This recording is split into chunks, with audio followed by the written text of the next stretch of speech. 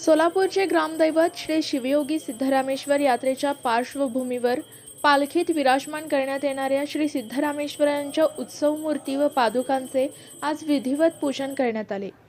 श्री सिद्धरामेश्वर मंदिरातून धार्मिक विधीनुसार पूजन करून उत्सव मूर्ती व पादुका उत्तर कसबा येथील ऐतिहासिक थोबडे वाड्यात आणण्यात आल्या।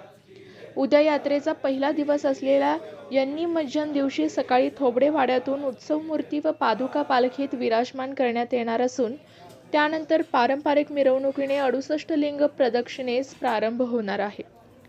ही परंपरा गेल्या कित्येक वर्षांपासून थोबडे घराण्याकडे चालत आलेली असल्याची माहिती मानकरी संजय थोबडे यांनी प्रसार माध्यमांशी बोलताना दिली।